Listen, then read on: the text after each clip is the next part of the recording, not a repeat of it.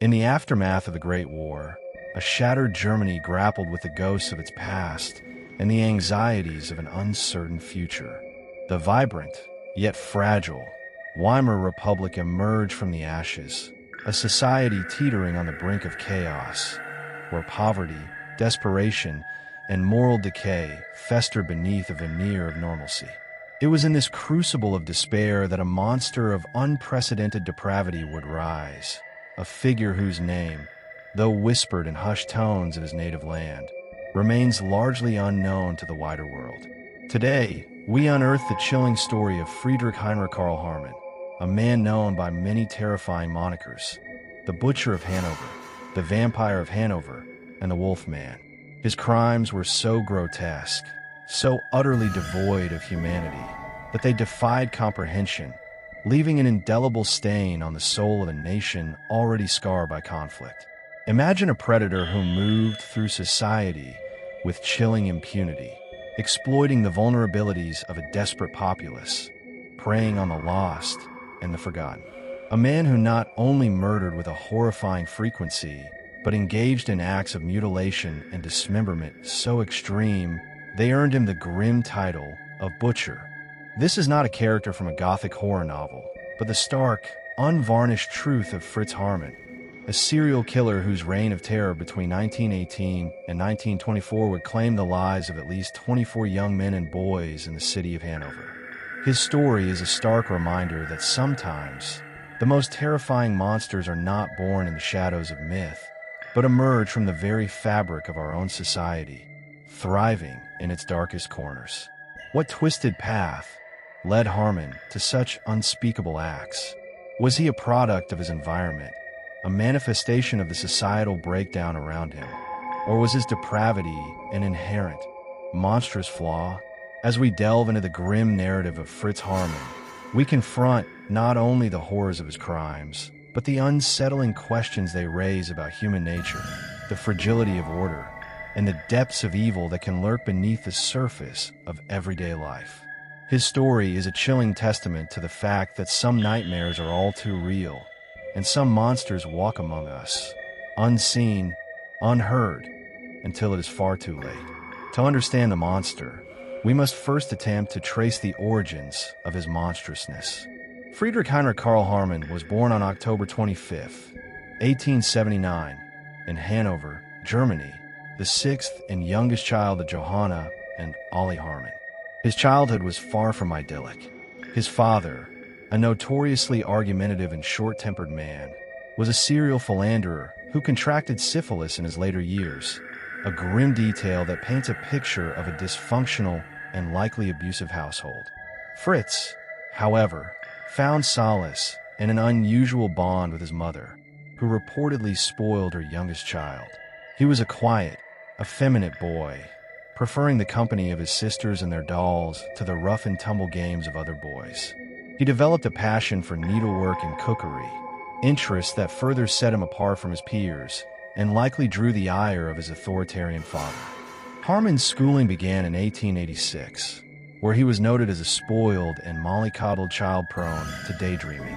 While his behavior was outwardly exemplary, his academic performance lagged, forcing him to repeat school years. More disturbingly, around the age of 8, Haarmann was molested by one of his teachers, an incident he rarely spoke of in detail, but one that undoubtedly left an indelible scar on his developing psyche. This early trauma, coupled with a home environment devoid of genuine affection and filled with paternal disdain, began to cultivate a deep-seated resentment and a fractured sense of self. By the age of 16, the seeds of depravity had begun to sprout. Haarmann committed his first known sexual offenses, luring young boys to secluded areas before sexually abusing them. His escalating behavior led to his first arrest in July 1896. Following further offenses, he was deemed incurably deranged by a psychologist and committed to a mental institution in Hildesheim in February 1897. This early diagnosis, while perhaps accurate in its assessment of his mental state, did little to address the underlying issues that fueled his dark compulsions. 7 months later, With his mother's apparent assistance, Haarmann escaped to Zurich, Switzerland, where he lived for 16 months before returning to Hanover. This period of freedom, however, was merely a temporary reprieve before his true nature would fully manifest. In October 1900, Haarmann was deployed for compulsory military service in Colmar. Surprisingly, he adapted well to military life, earning a reputation as an exemplary soldier and an excellent marksman. He would later describe this period as the happiest of his life, a stark contrast to the chaos and abuse that defined his youth. Perhaps the rigid structure and clear hierarchy of military life provided a temporary anchor for his fractured psyche. However, this respite was short-lived. After collapsing during an exercise in October 1901, Haarmann began to suffer dizzy spells and was hospitalized for over 4 months.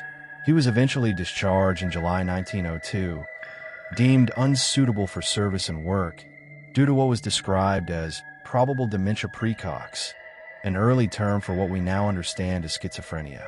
This medical discharge, while providing him with a small monthly pension, also removed the last semblance of order from his life, leaving him adrift once more in the civilian world.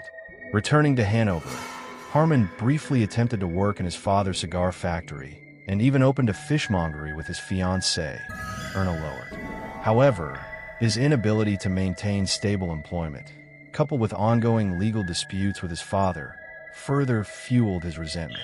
A violent fight between father and son even led to his father attempting to have him recommitted to a mental institution, though these charges were eventually dropped. Despite a psychiatric examination concluding he was not mentally unstable, but merely morally inferior, Haarmann was officially classified as disabled in 1904. This official declaration of his inability to function within societal norms, coupled with his deep-seated psychological issues, set the stage for the horrifying escalation of his crimes. The veneer of normalcy was crumbling, and the true monster within was beginning to stir, ready to unleash its unspeakable horrors upon the unsuspecting city of Hanover. As the Weimar Republic struggled to find its footing, a new kind of terror began to grip the city of Hanover.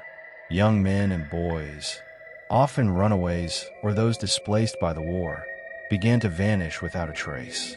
The police, overwhelmed by the social and political turmoil of the era, were slow to connect the disappearances.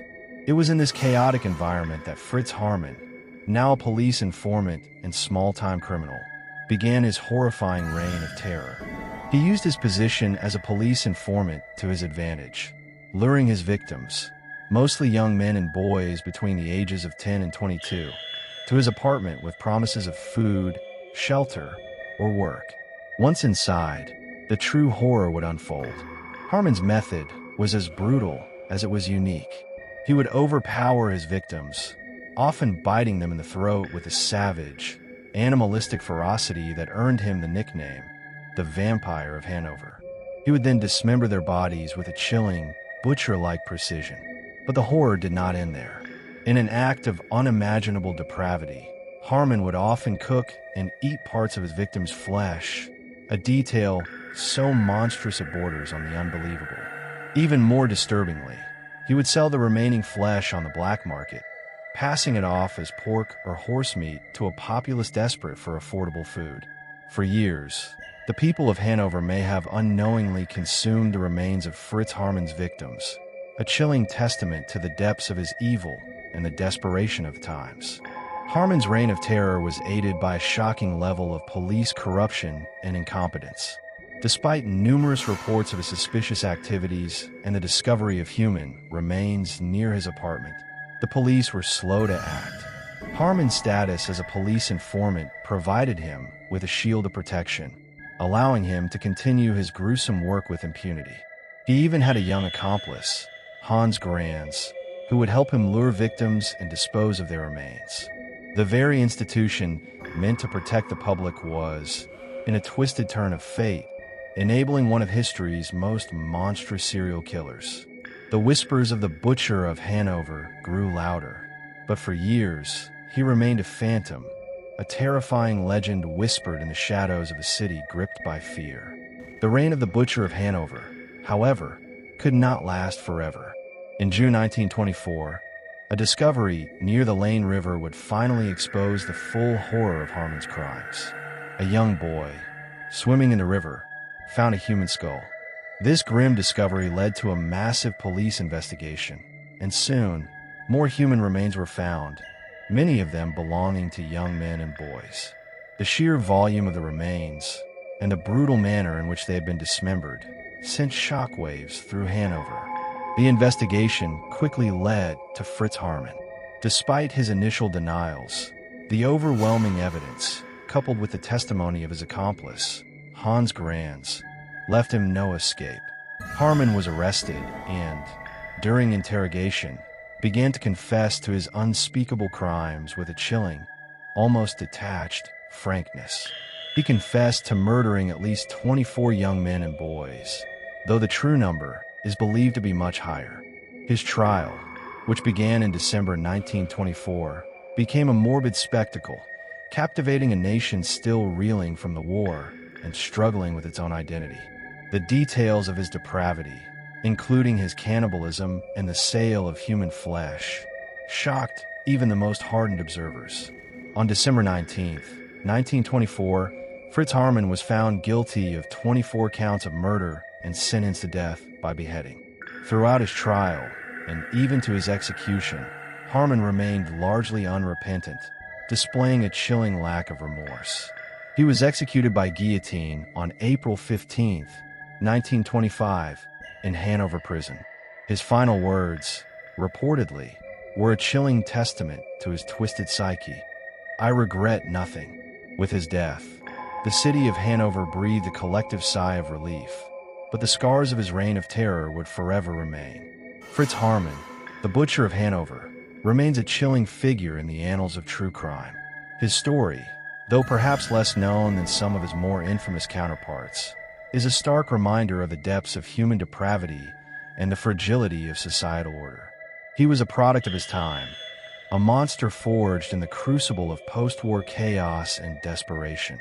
Yet his evil transcended mere circumstance. He chose his path, embraced his darkness, and left behind a legacy of unspeakable horror. His story forces us to confront uncomfortable questions. How could such evil flourish for so long? What responsibility does society bear for the monsters it inadvertently creates? And what lessons can we learn from the forgotten horrors of the past? We invite you to share your thoughts in the comments below. What part of Fritz Haarmann's story did you find most disturbing? And if you found this journey into the abyss compelling, please like this video and subscribe to the Unseen File for more explorations into the chilling realities of true crime and the human psyche. Thank you for watching, and remember, some stories, once heard, can never truly be forgotten.